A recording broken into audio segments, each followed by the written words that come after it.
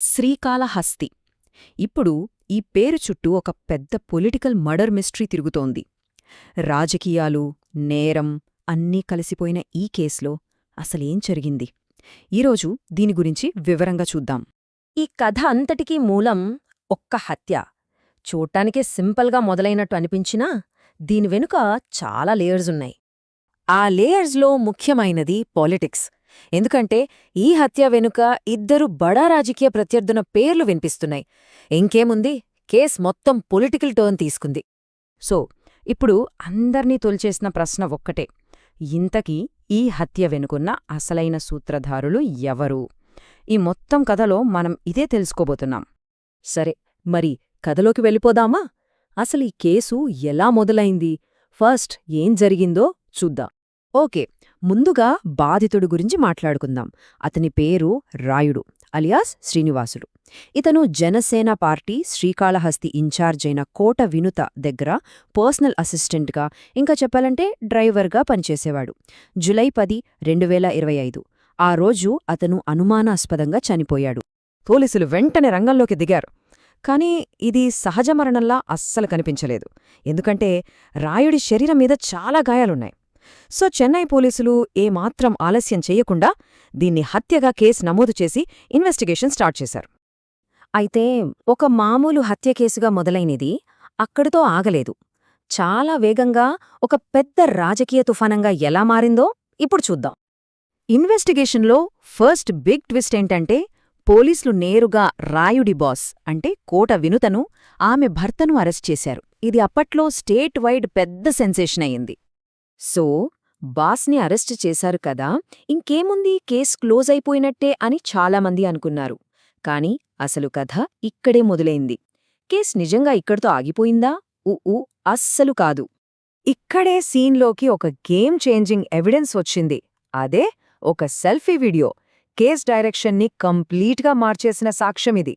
అరెస్టులు జరిగి దాదాపు 2 నెలలు గడిచాక సడన్గా ఈ సెల్ఫీ వీడియో బయటపడింది.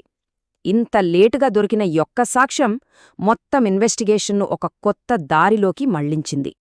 అసలు ఆ వీడియోలో ఏముందంటే, చనిపోవడానికి ముందు రాయుడు రికార్డ్ చేసిన వీడియో అది. అందులో అతను తన బాస్ కోటా వినితకు రాజకీయ ప్రత్యర్థి అయిన టీడీపీ ఎమ్మెల్యే బొజ్జల సుధీర్ రెడ్డి పేరును మళ్లీ ప్రస్తావించాడు. ఇది నిజంగా షాకింగ్ డెవలప్మెంట్. ఈ వీడియోతో పోలీసులకు ఒక కొత్త ప్రశ్న ఎదురైంది.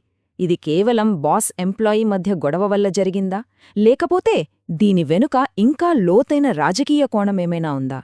సో పోలీసులు ఈ కొత్త లీడ్ని వదల్లేదు. దీన్ని పట్టుకుని ముందుకు వెళ్లారు. అప్పుడే వాళ్ల ఇన్వెస్టిగేషన్ ఫాలో ది మనీ అన్నట్టుగా డబ్బు లావాదేవీల వైపు టర్న్ తీసుకుంది. పోలీసుల దర్యాప్తులో ఒక ప్యాటర్న్ కనిపించింది. స్టెప్ 1, ఎమ్మెల్యే అనుచరులు రాయుడిని కలిశారు. స్టెప్ 2, అతనికి డబ్బిచ్చారు. స్టెప్ 3, అంతే, రాయుడి ఖర్చులు, లైఫ్ స్టైల్ మారిపోయాయి. మరిదంతా ఎలా తెలిసిందంటే, స్టెప్ 4, పోలీసులు బ్యాంక్ ట్రాన్సాక్షన్స్ని ట్రేస్ చేశారు. అంతకీ ఆ డబ్బుతో రాయుడు ఏం చేశాడంటారా? ఒక బంగారు గొలుసు కొన్నాడు, కొత్త మొబైల్ ఫోన్ తీసుకున్నాడు. ఓవరాల్గా అతని లైఫ్ స్టైల్ చాలా లగ్జూరియస్గా మారింది. దీంతో పోలీసులకు డౌట్ ఇంకా స్ట్రాంగ్ అయ్యింది. సహజంగానే ఈ మనీ ట్రయల్ అంతా నేరుగా ఎమ్మెల్యే పాత్రపైనే ప్రశ్నలు లేవనెత్తింది. అయితే ఇక్కడ మనం ఒక ముఖ్యమైన విషయం గుర్తుంచుకోవాలి. ఇప్పటివరకు పోలీసులు ఫైల్ చేసిన అఫీషియల్ ఛార్జ్షీట్లో ఎమ్మెల్యే సుధీర్ రెడ్డి పేరు డైరెక్ట్గా ఎక్కడా మెన్షన్ చెయ్యలేదు. అంటే లీగల్గా ఆయనపై ఇంకా ఎలాంటి ఆరోపణలు మోపలేదు. కానీ ఇన్వెస్టిగేషన్ మాత్రం ఆగలేదు. పోలీసులు ఇప్పుడు కొన్ని కీలక ప్రశ్నలకు ఆన్సర్స్ వెతుకుతున్నారు. అవేంటంటే, ఈ కేసులో ఎమ్మెల్యేకి ఏదైనా ఇండైరెక్ట్ రోల్ ఉందా? ఆయన తన అనుచరుల ద్వారా డబ్బు పంపించారా? అసలు రాయుడితో ఎప్పుడైనా మాట్లాడారా? అన్నింటికన్నా ముఖ్యంగా కోట వినుత మీద స్పైయింగ్ చేయడానికే రాయుణ్ణి వాడుకున్నారు. మరి ఈ ఆరోపణలన్నింటిపై ఎమ్మెల్యే సుధీర్ రెడ్డి ఏమంటున్నారంటే, ఈ కేసుతో నాకు ఎలాంటి సంబంధం లేదు, ఇది పూర్తిగా ఒక పొలిటికల్ కుట్ర, నేను ఏ విచారణకైనా సిద్ధంగా ఉన్నాను అని ఆయన చాలా క్లియర్గా చెప్పారు.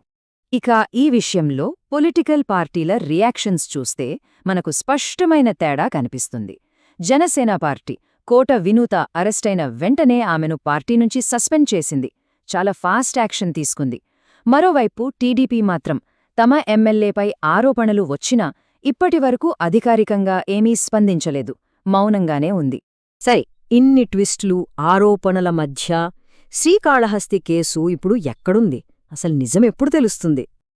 నిజం తేలాలంటే పోలీసుల ఫైనల్ ఇన్వెస్టిగేషన్ రిపోర్ట్ రావాలి.